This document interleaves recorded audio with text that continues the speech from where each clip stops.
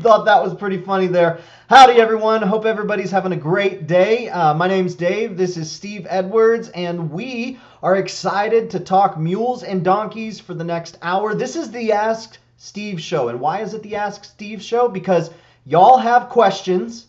Steve's been working with the mules and donkeys since 81, 82. And so Steve's got some answers. And by golly, we're going to help you, get you back in the direction you need to go. Make sure that you understand how to communicate with the mules and the donkeys. Does that sound like a good thing to do here for the next hour, Steve? Yeah, I'm on it, man. I've been plumbing all day long. Plus, I had to go into town and take a saddle to the post office, and it's going to Austria. Man, when they do a lot of those kind of that type of stuff, I can't do it on the internet, so I have to go into town, and I hate going into town. Especially right now. Oh my goodness, there's nobody on the road, so it feels like you're coming up out of a movie. And then you get in there, and well, I'll tell you what, I've been out to your ranch, and I know exactly why you hate going into town, because there's really nothing quite like your backyard, is there? Well, it's a great backyard. It sure is. One of these days, we probably should do I don't know, they might blind their people with the sunshine, but anyway, yeah, it's great. And I've been plumbing. We kept having low water pressure in the kitchen. Kept thinking, what's going on? And I changed a couple fittings. I thought maybe it was it. Well, come to find out, we started having water coming up the wall. Well, now we got to cut a hole in the concrete, through the tile, in the concrete, and fix a copper tubing that we put down 24 years ago. And insurance company's been out, and we've been busy with that stuff. And then Susan put in a garden, and so we got I've been running irrigation and stuff to that and getting that going, and we've been busy. So hey, in about another month, Dave, you're going to get a bunch of vegetables. That's right. Yeah, that's right. I know Sandra will be excited about it. But hey, let's see who's hanging out with us today. Folks, we are so glad that you're here watching, spending some time with us, whether you are cooped up inside and can't get out, or whether you've been out enjoying some sunshine while staying home from work and doing whatever it is you've been doing and want to spend a little bit of time with us. We're grateful that you're here. There's 3 things we ask. Number 1, just put your name, where you're watching from, and what the weather is like today in the comments section. Steve and I sure do love talking with each other, but we love taking this time to hear from you. That's why we're here. That's why we're doing what we do. So we want to hear from you, and just know that we're not alone in this mule donkey community. Number 2, we ask that you share any question. Ask any question that you've got. You are the one who guides this clinic.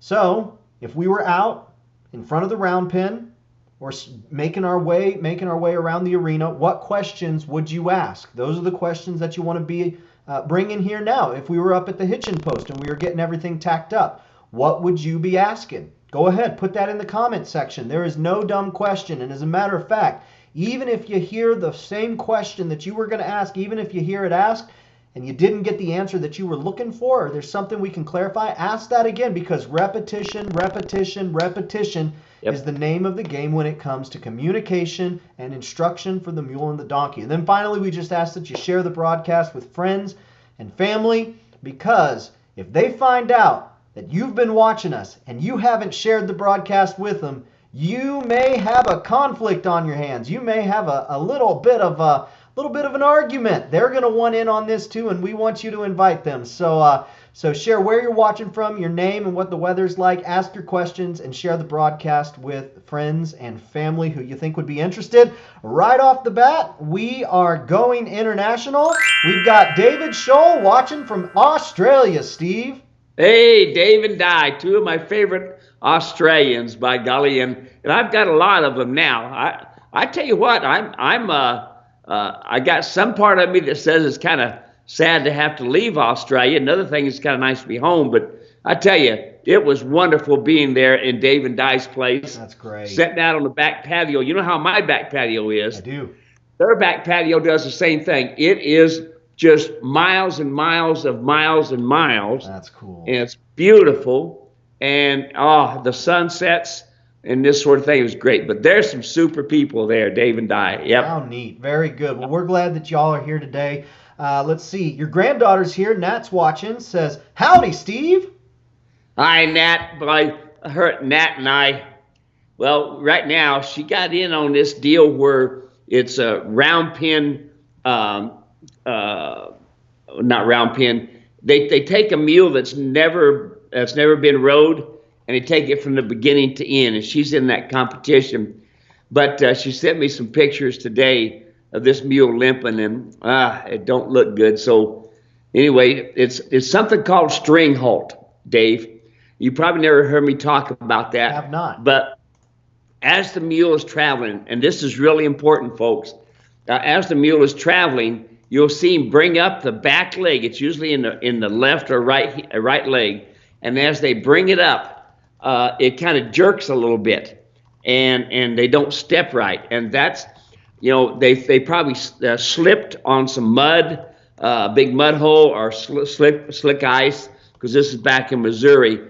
And then what it does is it stresses the tendons and stuff. And actually, it's a shame, but these mules are usually no good after that. Horses and mules, it can happen to. And this is just a good point here, folks. Don't listen to people. Dave, I go on the internet and I almost laugh at some of this stuff.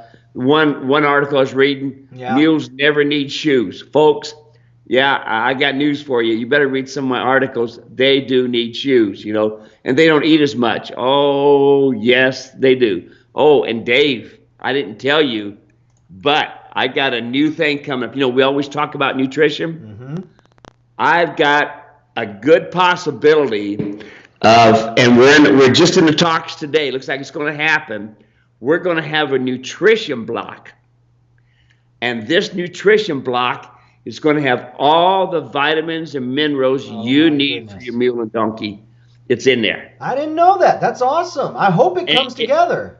It just come to me just now because I've been talking with this guy, and then he says, he's been he's getting into the mule and donkey thing for a couple years now, and he says you really push getting the teeth done, getting the back done, and nutrition, And he says, but you know how hard it is to try to find feed that's going to work? It's all built around horses. So I've got a new block coming out.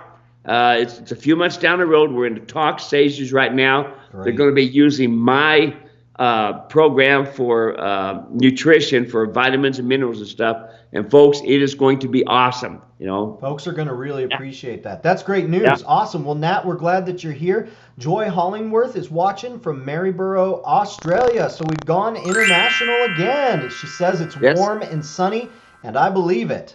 Let's see here. Matt is watching from Banff. We've got Linda, the mule servant, and Theo, the sweet one-eyed mule in Central Ohio, with Thunder Snow. That sounds like a great wrestling name, ladies and gentlemen. Welcome, Thunder Snow. Oh my goodness. It's snowing.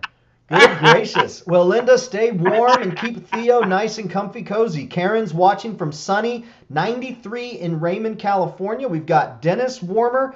Let's see. Dennis watching from Warmer, Kansas. 63 degrees. Snow tomorrow and 29 degrees. Oh my goodness. Sean's watching from Eagle, Colorado. It's a windy day there, he says. Michael's watching from Ohio with snow. Wow. Brazil is watching from Enoch, Utah. Today is sunny and windy. Joshua, Southern Ohio, cold and cloudy. I would take cold and cloudy here right now. I love me some cold and cloudy. Sharon is Hartwick, New York. Love Sharon and Carol sending their love here to us on the show. And then over on YouTube, we've got Francesco. We've got Steve Sparks. Rainy Burns, Oregon, he says. We've got Haley Williams watching. Hey, Steve and Dave, Mark Williams. Okay, so Mark's watching on Haley's profile. Mark's watching. And then we've got our first question here from Melissa. Melissa says, hi, Steve and Dave. From Southern Oregon, my question. Is it possible or practical to raise a mule or donkey without a pasture? Thanks. Absolutely. The best way to raise one, matter of fact, folks. Listen, our mules and donkeys these days, we don't need to put them out on a smorgasbord. I mean, we can look ourselves in the mirror and know we don't need to be on a smorgasbord, let alone the mules and donkeys. Nutrition is the third biggest thing that I push. Proper nutrition for these animals, because it's really, really, really easy to get them foundered. And I'll tell you, I've talked to some people this past month when I come back from, or the past 3 weeks when I come back from Australia, Dave, that's had some nutrition problems, and their animals are foundered. They can't hardly walk. They cripple them up. It's pretty bad. But yes, if raise them in the corral, take them out on lead lines and this sort of thing, perfect. It's absolutely the way to go. That's awesome. Yeah, we talk a lot about nutrition here, Melissa.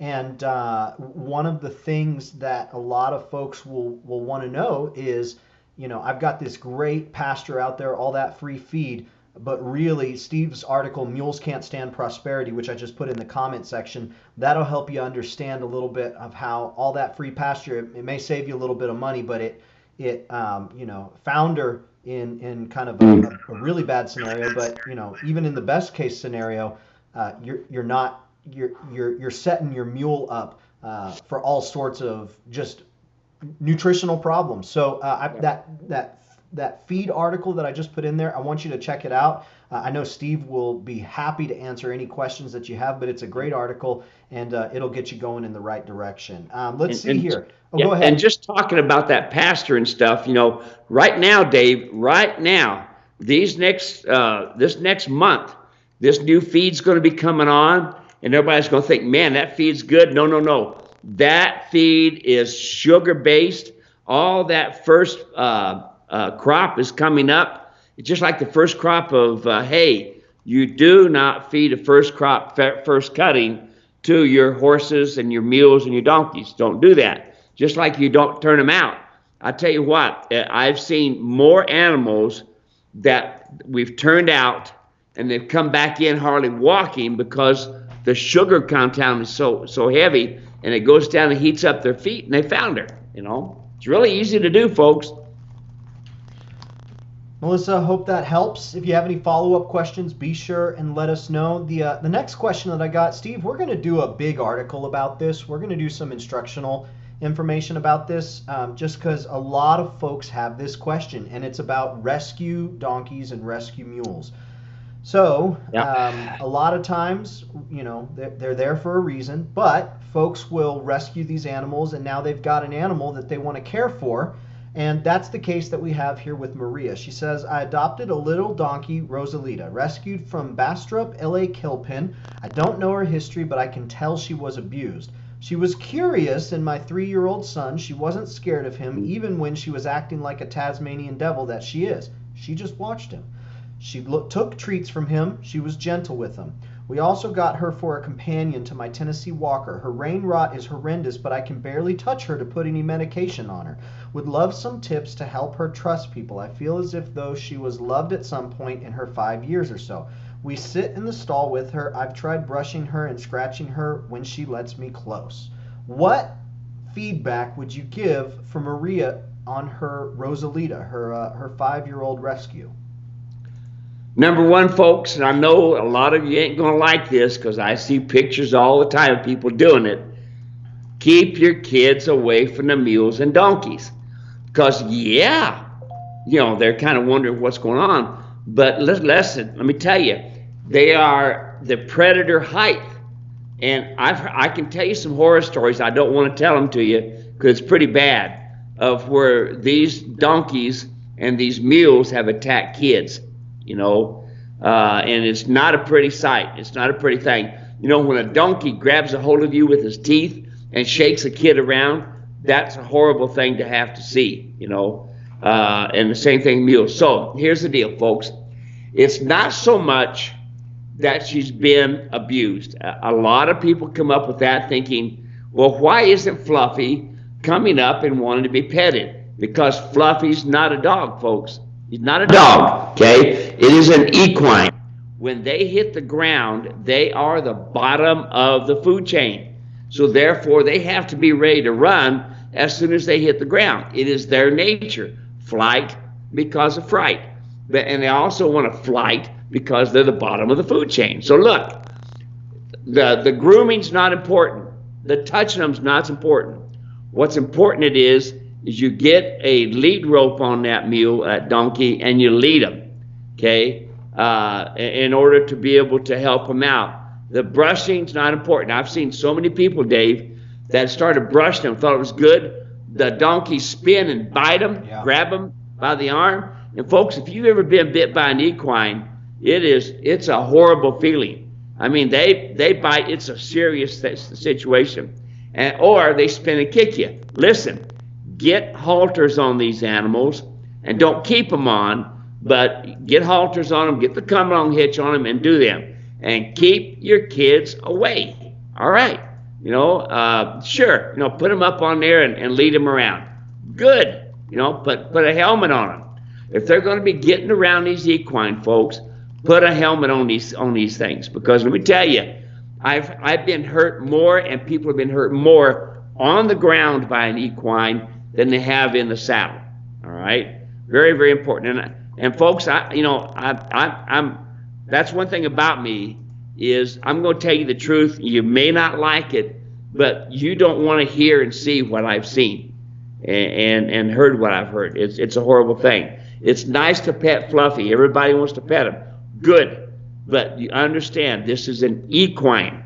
They all bite. They all kick. They all run off. So I don't want to hear that you had to run your kid to the hospital because that animal attacked him.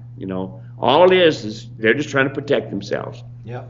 So I know you've heard this story, Steve, and maybe a couple folks who have been watching, but talking about helmets, it got me to thinking. Last June, me and my family joined you and Susan down with Randy and Grandma Sin there at the Andrada Ranch in just south of Tucson. And the second day or the third day we were there, I can't remember, but we had set aside some time to ride. And so Randy brought over a couple mules, brought over a little horse, and we set my boys up there. Now the first two, the 7-year-old and the 5-year-old, they were real excited. But the 2.5-year-old was a little bit gun shy when it came to this big old animal.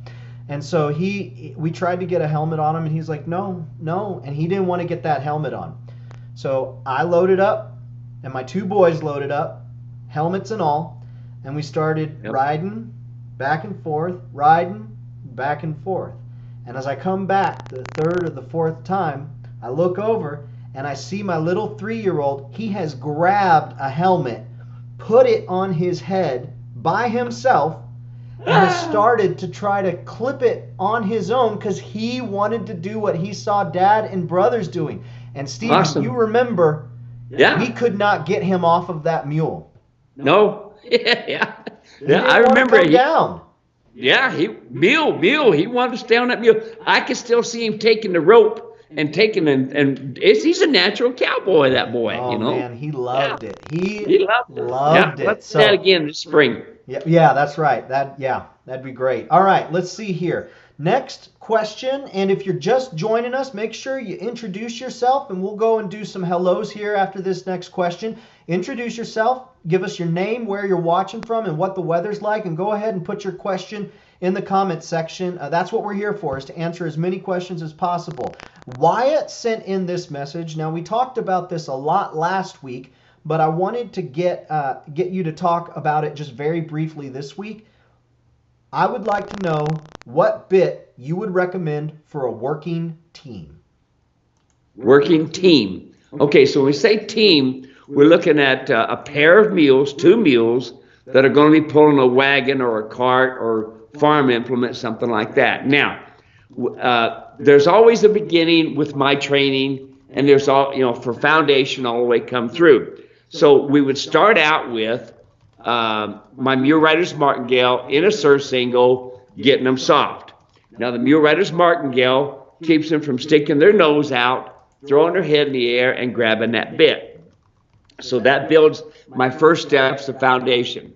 Then when we start using long lines and we start driving, we use a full cheek, double twisted wire snaffle bit. And remember now, in my mule rider's martingale, it's a ring snaffle, double twisted wire snaffle bit. Now, when we start getting consistent, the snaffle bit is for 2 things.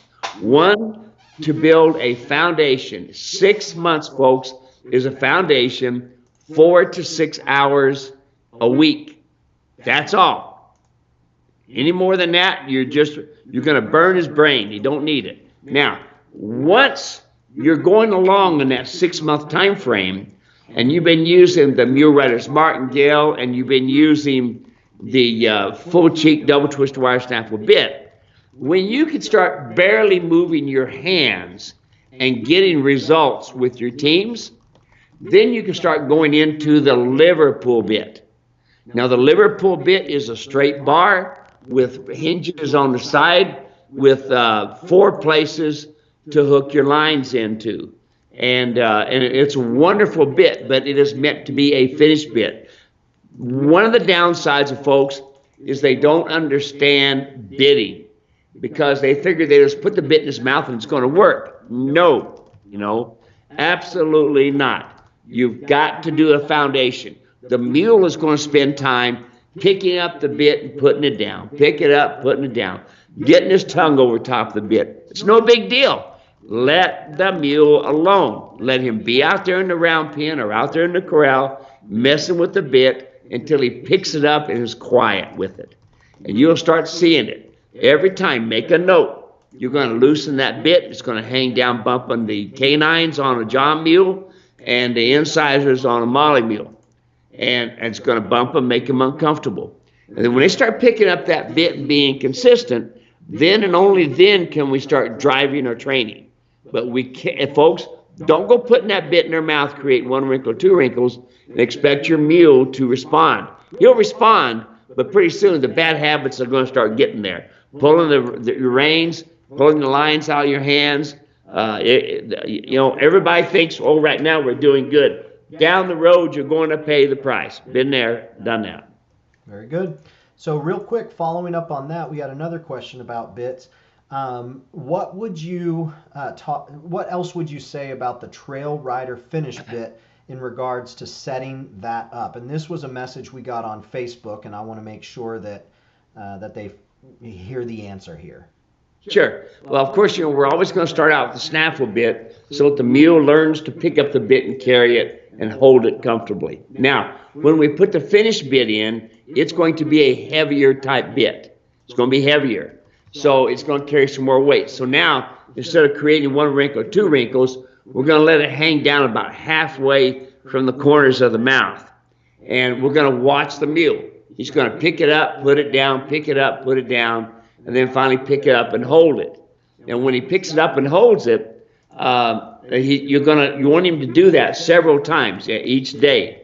And when he finally picks it up and holds it, adjust it to that spot. Now, this is important, folks.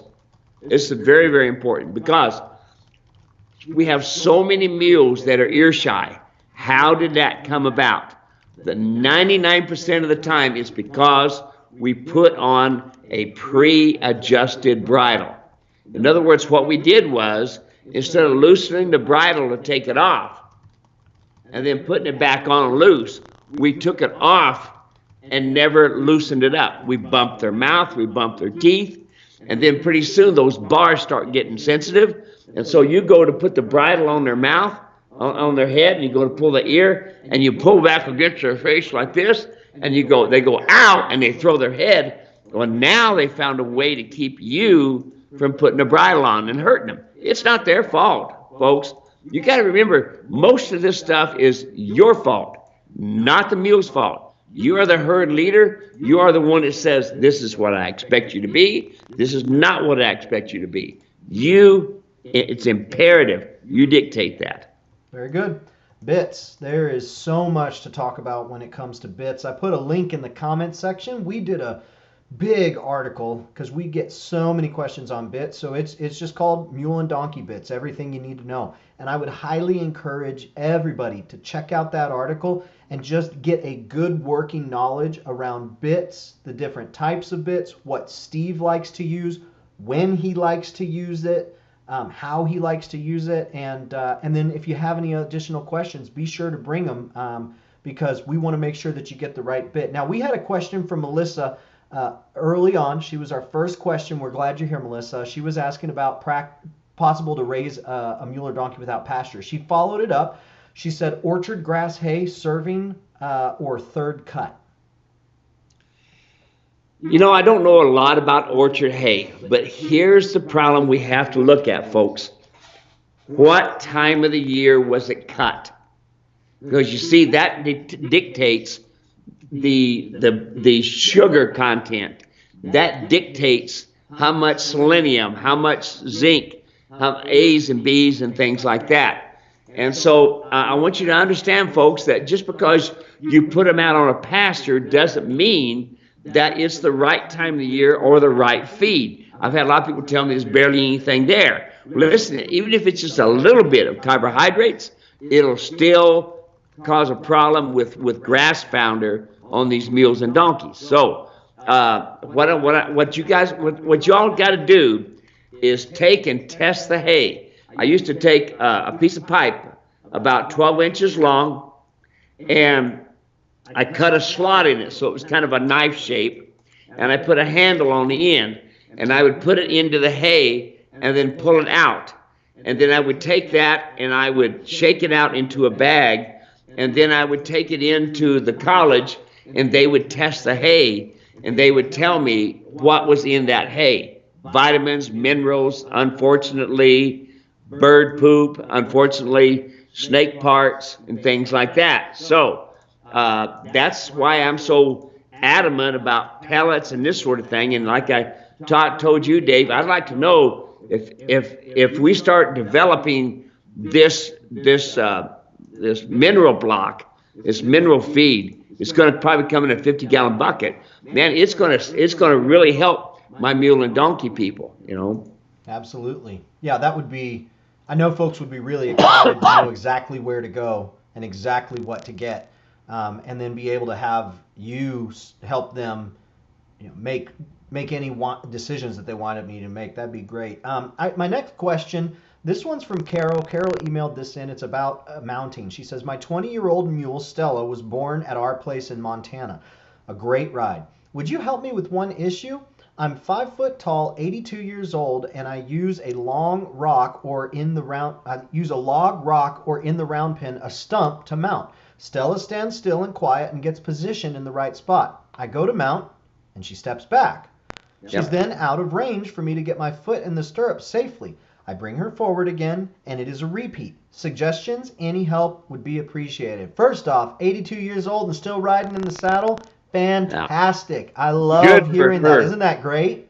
Yeah, I've had to do that all my life, Stella. I've had to look for a stump or a rock or put them down into a low spot. I'm 5'6", so I'm low gravity too. All right, now look, folks, mules are always telling you something, always talking about something, and we need to listen, all right? So number one, Stella, is your saddle in the right place? Folks, that is extremely important. That saddle in the same place, because here's what happens. So many of these mules and donkeys will step back out of the way because when you go to climb on, it puts pressure points in certain places, and they will move to keep you from putting pressure on them, all right? So, number one, make sure your saddle is in the right place. Biggest thing is, make sure that rear cinch is the tightest. Front cinch is the loosest. Now, how do I prepare one to mount? I take a hold of the bridle in my left hand, and I take a hold of the horn in my right hand. When I get ready to mount, I build this foundation, and since she's small, she may want to have somebody do this. Get a hold of the horn, and I mean shake it, knock that mule off its feet. And they will then grab all four of their feet and kind of grab the ground and hold on to themselves. So that is your cue for I am getting ready to get on. Anytime I'm getting ready to climb on one of my mules or one that I train, first thing I do, folks, is teach one to stand still while the old fat white boy climbs up in the saddle, okay? Because it's really easy. When I was younger, turn the stirrup, climb on, and go. But I don't do that no more at 70 years old, you know? So here's the deal. Prepare them. Anytime you go to get on, shake the horn a little bit, they get themselves solid and go. Next part, always tip the head to the left. Tip just a little bit to where you can see the eye, okay? and then climb on. Now, I like to use my come-along hitch for all of my training, especially to keep the feet quiet. So you're going to put my come-along hitch on underneath the bridle. And when the mule goes to move, you're going to bump him really serious with the come-along hitch, bring him back up, start him again. But again, take a hold of that horn, knock him off of balance. That way they understand. Then your cue, every time you go to get on, you shake the horn. They know to put their feet solid and climb on. Let me know how you do with that. Yeah, so Steve, I've got a video right here that I'm gonna share. Let me see if I can get my screen to share. You won't be able to see it, but they will. And it's an old video of one of your students shaking back and forth. So let me see if I can get this. Oh, the young girl. No, it was a gentleman. Mother. Oh, gentleman. Okay. And you. I remember we had that one at my clinic to where the mule wouldn't stand still, and as a young girl and her mother. Yeah. Yeah, we do have that one too. This one I was able to find real quick. It's just a short one, and y'all can see right there how he's moving back and forth and getting that mule to reposition himself. And so I'll put a link directly to the video, but what I want you to see is exactly what Steve's talking about. He's got the mane, he's got the pommel, and he's moving back and forth, shaking, and then he goes and he's, kind of getting halfway up, and then he gets down, and then he does it again, and eventually swings his leg over. So y'all can see exactly what Steve's talking about. I'll put that in the comment section there. Really good demonstration there. I might mention, Dave, industrial-wise, equine accidents is getting on and getting off. So a lot of people reach down like this to get their stirrup fixed up on the right-hand side. Don't do that. You hear me talk about in my video, my saddle fit video, for all the saddles that I sent out, make sure your stirrups are turned. Anytime you take yourself off of balance, you got a chance of getting yourself hurt. And 80% of our accidents is getting on and get off. Now, once you get on, you're on, sit there. Don't get on and ride off. Don't do that. Get on and just sit there. And don't go right off to straight. Go off to the left, go off to the right, maybe back up a little bit and do a roll back, something like that, a little bit different each time is what you need to do. Now the next part, folks, a lot of you climb on by getting a hold of the horn and the cantle and you pull yourself up. That's very dangerous for you. Get a hold of the horn, get a hold of your mane. You hear me say mane? Don't cut that mane off. Leave that mane on. Get a hold of the mane, get a hold of the horn, climb yourself up in the saddle. There you go. Practice it with a ladder or some way to step up on it. And that's one of the things that I do in my clinics, Dave, is I teach people how to get their mule to come over to the ladder or to the stand or something so that you can climb on. Yeah, and it might be good to note here, you would know better than me if this is an issue during mount, but one of the reasons why you choose to use taps instead of traditional stirrups is so that you don't get your foot slipping through there, and now you're stuck and you can't go anywhere. And so you're talking about mounting, you're talking about putting your foot in the stirrup and it slips through. Just something to be considerate of in terms of if you're looking to get a saddle or you're looking to upgrade your stirrups, consider taps. It's just a safer way to ride. I heard a story, all around. Dave, just the other day I heard a story. The guy was telling me that he got his foot in a stirrup, barely got his leg over, and all of a sudden the horse jumped out. Man, he was stuck. His one foot was hung up, and he was just bouncing all around, and he was hollering, "Help, help, help." And the guy come out of the dollar store and unplugged his horse.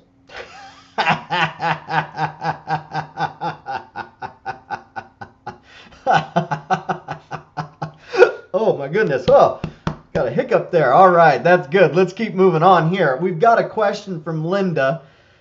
She says, strictly cosmetic question. Any special reason why people usually clip a mule's mane short? When I bought Theo, his mane was clipped. I have Theo's mane grow out for 18 months just to see what it looks like. Currently, he has a thicker mane than some of my horses. Do only dopey horse people let their mules' manes grow? Are they preferred show or fancy for mule manes other than a short clip? European friends, what about you? So that's a little bit right there. Anything else you want to say about manes, Steve? No, I leave manes on my mules. I don't take them off. I leave them on there. The tradition is they take the mane off because it gets muddy and nasty when during the farming season, and that's one of the reasons. You'll see they'll take the long tails of the Belgian horses and they'll bun them up on the back. That's just tradition, you know. With me, I've cowboyed all my life, so I've always used the mane to get on with it. So you need leave that mane on there, folks, and break this horse tradition. Horse folks are doing this stuff now more than anything else because they're thinking they need to be mule people. But I'm glad a lot of them are changing. It's good, you know. You'll know a horse person when you see it on the videos or when you see on the website. Dave, it's crazy. No rear cinch and no breeching, and some of them use a crooper. And they're telling my clients who have been watching my videos, oh, you don't need to have a rear cinch. Oh, you don't need to have a breeching on flat ground. Yes, you better. You know, I just had a lady contact me from Florida. She says my saddle keeps going forward. And she just bought a saddle and pad from me. I said, shoot a picture. Shoots a picture. I said, where's your breeching? I'm on flat ground. No. It's the way the mule's made is the reason you have to have a breeching. Flat ground or not, tight back cinch, and have the breeching on there. Now, the other thing, Dave, I got to say is the mule had a higher hip and it was a real old mule and it had a high spine. So we had to change out pads and go to my triple pad. But she's doing good now. Said she's riding, no problem. Good. Well, you know, you bring up the idea of videos, and real quick, I just want to let folks know now through April 27th, we have Steve's 15 top selling videos available on muleranch.com for one price. So in the past, you'd have to buy them all separate. They're $700 if you want to get all of them. Excellent work. I mean, this is Steve's life's work here, and the feedback that we get from folks when they go through these instructional videos is that it transforms. Whatever the topic it transforms their relationship with their mule. It really allows the mule to feel confident in what they're doing because the trainer, you, are feeling confident in what you're doing, right? So everyone watching, when you've got that confidence, it transfers over into your instruction and your training when you know what to do. They can respect you as the herd leader, and yes, you can train your animal. So I wanted to make sure to let people know with all of the different instruction that's out there from folks who are maybe just trying to help folks, and so they think the mule and the donkey is like the horse, or folks who know better but they still train mules and donkeys like horses. We've got something. We've knocked $400 off now through April 27. You can get Steve's 15 instructional videos. Why does my mule do that? Trailer loading. So you want to buy a mule, problem mule, building a new foundation, how to communicate, the 5 DVD set, communicating with your mule, ear shy, all of the videos that folks have just eaten up over these years. They're all available right now. You can still get the bundle after the sale's done. It's just right now is the sale and you can get the most off. So I'm going to put that in there. We're not here to sell stuff, but we are here to serve. And we know that there are some folks who would just eat themselves up alive if they knew they could save $400 on getting Steve's video and we didn't tell them about it. So really, it's just us making sure that you know about it. Let's make sure that we've said hello to everybody who's hanging out with us here. So we've got Richard Matthews. Morning, Chaplain Steve. There we go, right there. Ain't morning, Richard, you knucklehead. Yeah, we've got Elaine Little, says hi, good to see you. We've got Gail, hello from Gail in North Carolina, on the coast near North Carolina, South Carolina border. We're glad you're here, Gail. We've got J.D. Keeney, Jeff from Globe, saying, I wanted to see which hat Steve was wearing. And by golly, Steve is wearing a hat. What do we got right there, Steve? Well, just one of my old cowboying hats. It's kind of rough. It's kind of, messed up here and there, and it works out good. Jeff is one of my fishing buddies, and I just called him today, matter of fact, because I hadn't heard from him for a while. But He's a good guy. He's a good fishing buddy. Very good. Well, we're glad you're here, Jeff. Thanks for watching and hanging out with us. We've got, let's see. Hey, Yolanda's here. We've gone international again. All right, Yolanda, we're glad to have you here. She says, let's see here. Yep, Yolanda rides to the beat of her own drum. She says, I don't let the mane grow, I ride Spanish. So there you go. Yolanda's got her thoughts. We appreciate you being here, Yolanda and Sharon. Let's see. We've got Lori. Says, I'm watching from Wisconsin, and we're glad you're here, Lori. Eileen, hello from Nebraska. Hope you guys are feeling great. Eileen, we are now that you're here. Appreciate you being here. We got Kim watching from Canada. We've gone international again. We've got Jim Rice. Hi, Steve. Jim Rice from East Tennessee. I am loving your video set. So Jim right there, he purchased the complete library, was one of our first people to get the complete library. Jim, we are so glad to hear that it's working out well for you. Be sure to call us if you have any questions. Let's see here. We do have another question from Linda. She says, since Theo doesn't have a left eye, should I mount from the right side? He mounts from either side.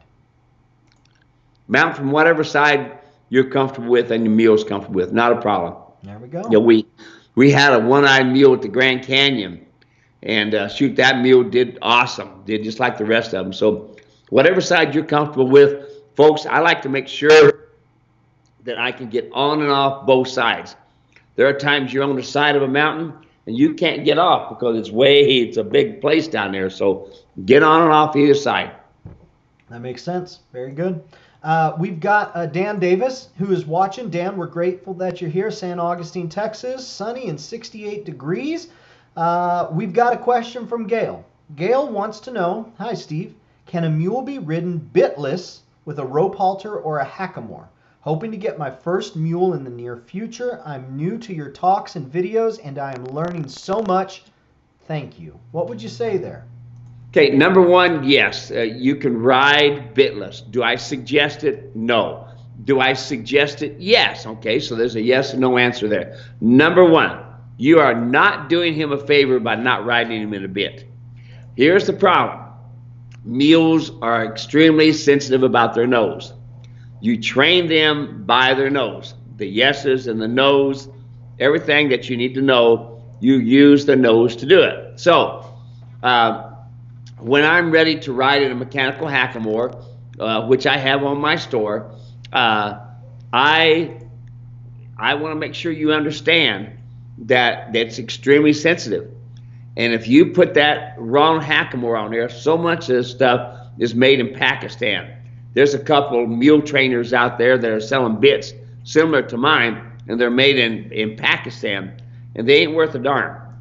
That's another story. So when you place a bit, a hackamore on a mule's nose, it has to be like the mule rider's mark, like the come along hitch.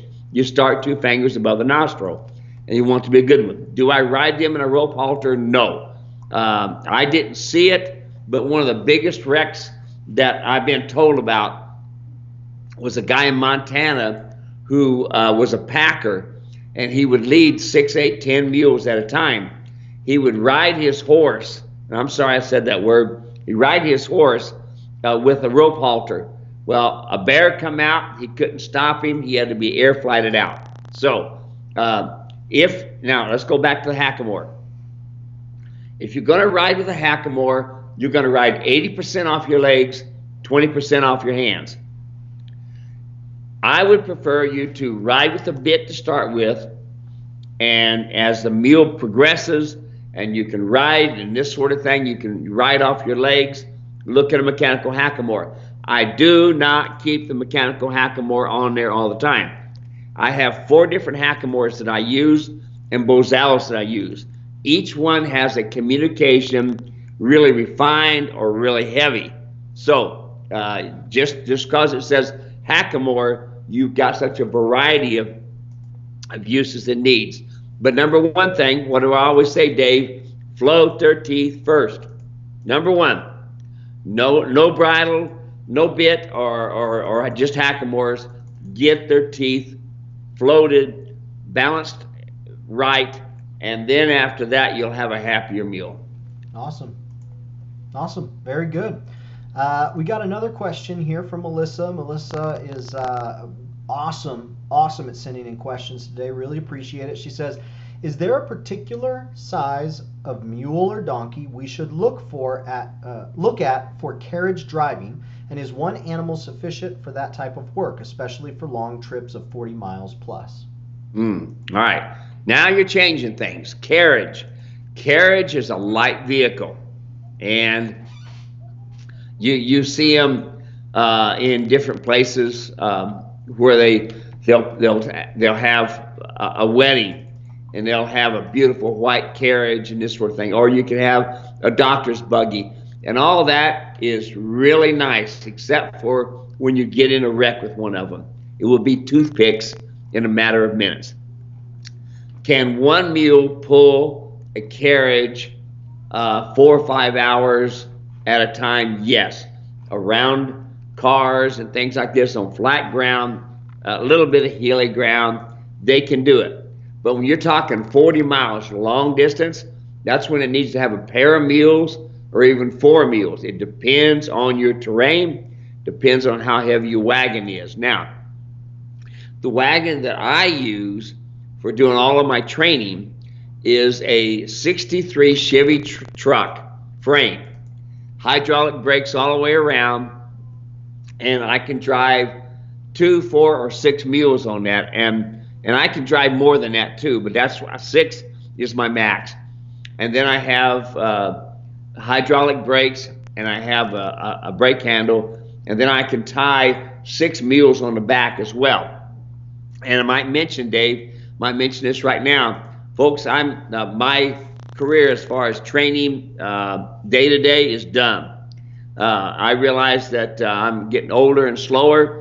Can I still ride? Yeah. Would I mind training? No, not a problem. I love training. But I know my driving days and this sort of thing are pretty much done. So I'm going to have my wagon for sale and all of my harness for a 6-up. If anybody's interested, they can contact me. That just come to my mind, Dave. Yeah. 602-999-6853. 6-up, yep. Right there. Yeah. It's got hydraulic brakes all the way around. But can they do it? Listen, I used to drive stagecoaches up in Prescott for Friendly Pines Camp and wagons, and we averaged 4 mules pretty much all the time, pulling the stagecoaches or pulling the wagons, especially when we went out into the mountains. We had at least a 4-up. That's awesome. All right, let's make sure that we've got everybody here. We've got Christy from Wyoming. Cold and windy today. Thanks for doing this, Christy. We're glad that you're here, so thanks for being here. Over there, that was on YouTube. Back over on Facebook, we've got Harold watching from Ontario, Canada. So we've got an international. There we go. We've got Sherry watching from Pensacola, catching the end of the show. Sherry, we're glad that you're here. And then let's see here. The next question that I've got, this one's about round pin size. Rip sent a message, and I know you're trying to get on the phone with him. Hey, Steve, nice chat the other day. Wondering, what size of round pin do you suggest for a mule? Yeah. Usually, folks, an average of 50 foot. That usually does good. Do not let them stay in there 24/7. The round pin is only the work spot. That's what it is. You got a separate corral that you let them stay in, eat, drink, things like this. The round pen is for work, and the corral is for rest. Awesome. Just sent that over to Rip. Hopefully y'all will be able to get on the phone too and answer any other questions he's got. Okay, so this one, I titled this one Desperate for Help. This one's from Kelly. She sent this on Facebook. I am desperate to find someone help me with my 8-month-old John Mule out of a STB mare. What's STB mean? Do you know? I think standard bred. Standard bred, that makes sense. He's just like his mother, skinny along the top, line, and hips. They were on the Legends Texture Growth Mare in Foal 14-6-12. They were seeing monsters on it. I talked to a nutritionist who put them on Triumph 5 or Plus 12-15-10. Grass hay in the front of them 24/7. He has dropped weight, top line and bones, hips are less than which they are desired to be, in my opinion. I have owned horses my entire life. I'm learning and learn something new about every day about the mules. I need help with him. I do not want to overfeed him or give him something he should not have. I've searched everywhere, but there isn't any info on feeding foals and weaning mules. Thank you for any advice you can give me. Please help, Kelly. How old was this mule? Said 8-month John. All right, this John mule is ready to be weaned. He's past due for castration. Folks, when their testicles are down, I cut them. At the same time, I pull their wolf teeth, and then I start really heavy halter training, things like this, to give them something to do, get them away from mama. Dr. Robert Miller, folks, I love the guy. He does a great job of teaching you how to imprint him. He talks about nutrition and stuff. I don't know anything at all about this feed. I don't know a thing. And there's a lot of nutritionists that sure enough know. What I know is this: Lake and Light.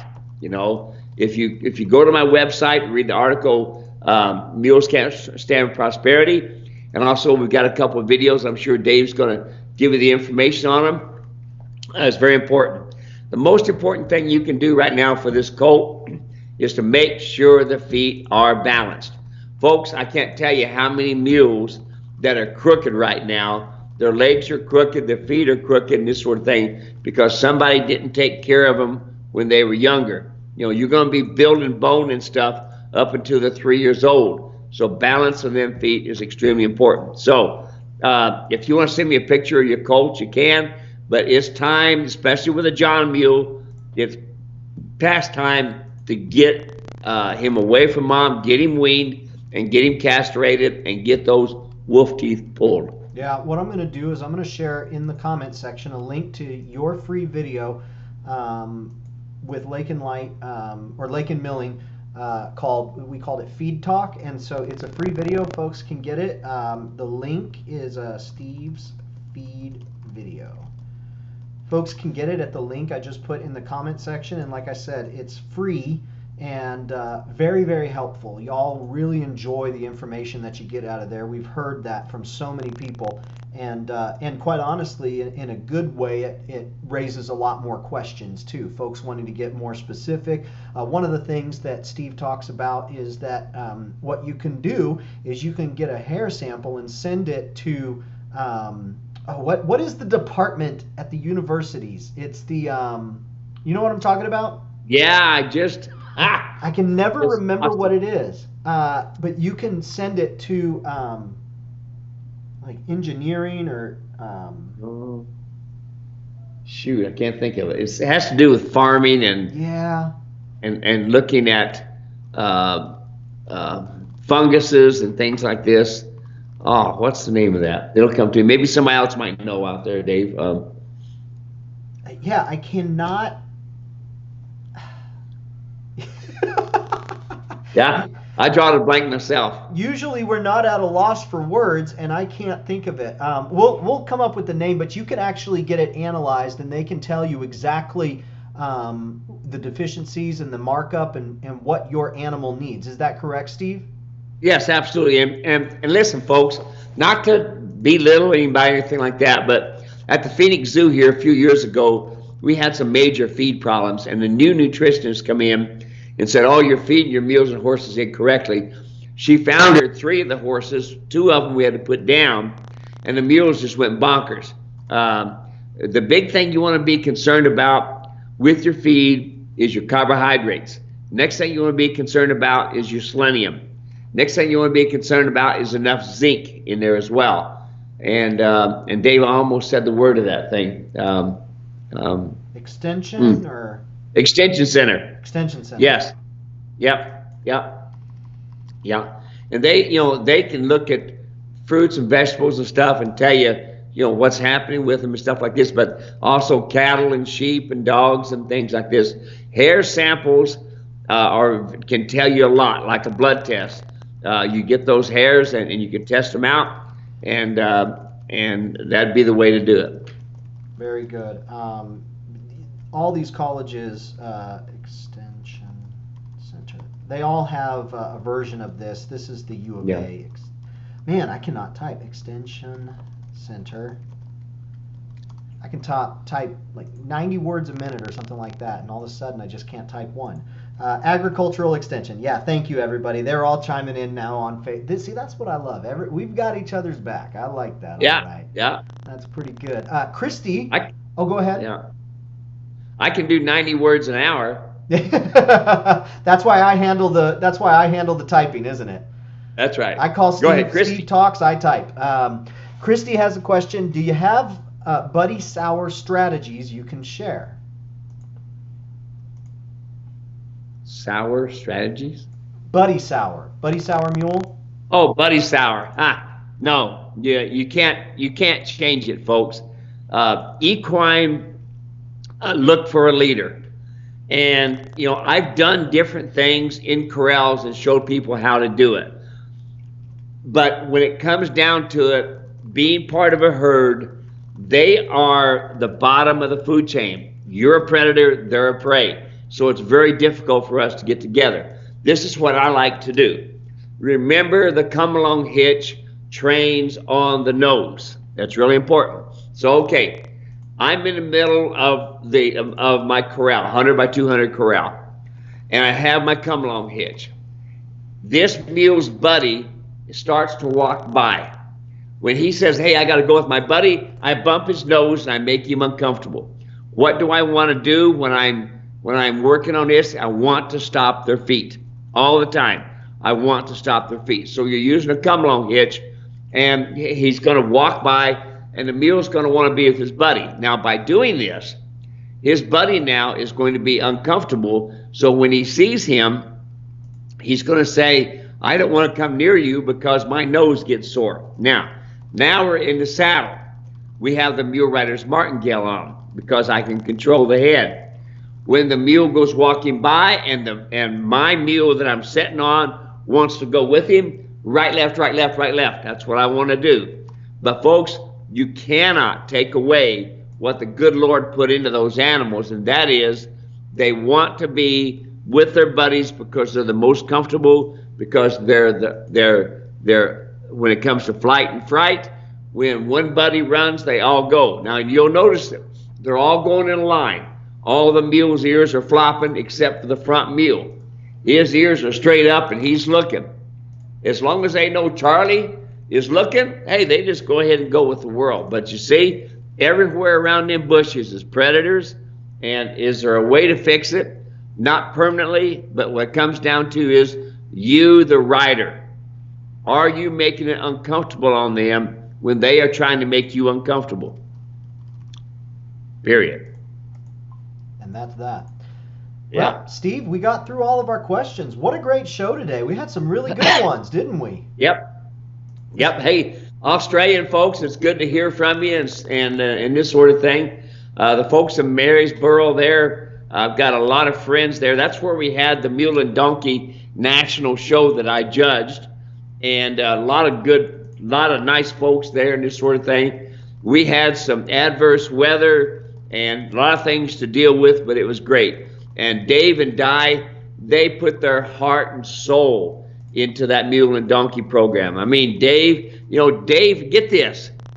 David has the only 6 Belgian mules in all of Australia. All of Australia. That's what you call I'll bet exclusive. you there's probably, right here in Arizona, there's probably 500 or 600 of them just in Arizona, But Dave loves mules, and he's got a wagon and stuff like this, and him and Di, they ride all the time. And they've gone from being dairy farmers, and now they're worm farmers. How about that? But their love is mules. And they are just the nicest too. It's been a real treat getting to know them. And matter of fact, it's been a real treat getting to know so many who join us every single week for this show. Well, Steve, that's it for this week. I just want to remind folks, for a limited time, we do have every single one of Steve's top videos. So there's 15 of them on sale right now for $400 off the individual price. So number one, before we did this, you could not buy them in as a bundle. They were only available individually, and it would be about $700 if you wanted to get them. Well, right now we've knocked $400 off. You can get all 15 videos for one price, $297.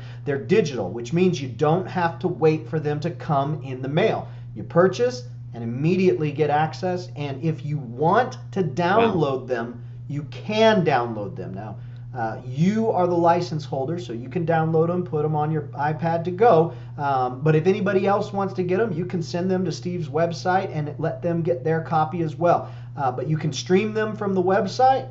You can download them, put them on your iPad, take them on the go. Bottom line, we want to get this training in the hands of folks. And so these live Q&As are fantastic for answering questions and giving some details on the training and the groundwork and the foundation work that you put in out in the pen and in the arena and on the ground. So these videos are a great foundation for you to start with, and the live clinics that we do here are a great supplement to all that work. So Steve, anything you want to say before we're done today?